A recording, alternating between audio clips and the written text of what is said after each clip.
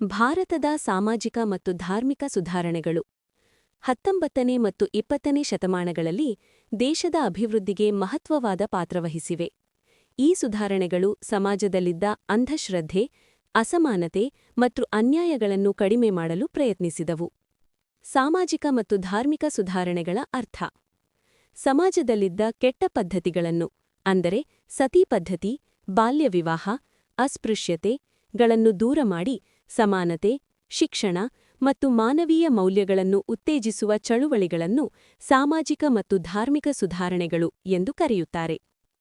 ಪ್ರಮುಖ ಸುಧಾರಣಾ ಚಳುವಳಿಗಳು ಮತ್ತು ನಾಯಕರು: 1. ಬ್ರಹ್ಮ ಸಮಾಜ.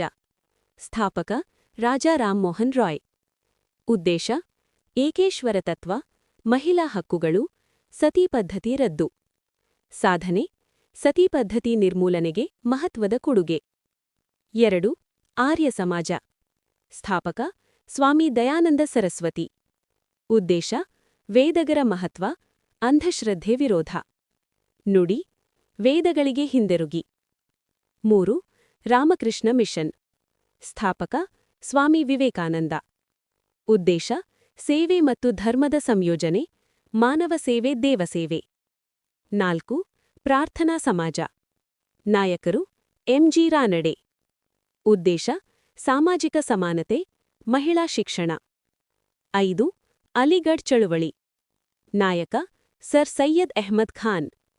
ಉದ್ದೇಶ: ಮುಸ್ಲಿಂ ಸಮಾಜದಲ್ಲಿ ಆಧುನಿಕ ಶಿಕ್ಷಣ.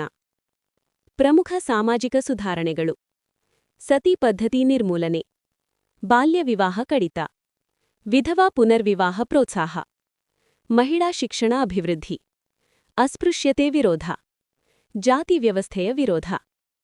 ಧಾರ್ಮಿಕ ಸುಧಾರಣೆಗಳ ಲಕ್ಷಣಗಳು: ಏಕೇಶ್ವರ ತತ್ವದ ಪ್ರಚಾರ, ಅಂಧಶ್ರದ್ಧೆಗಳ ವಿರುದ್ಧ ಹೋರಾಟ, ಸರಳ ಮತ್ತು ಶುದ್ಧ ಧರ್ಮಾಚರಣೆ, ಧರ್ಮಗಳ ನಡುವೆ ಸಹಿಷ್ಣುತೆ.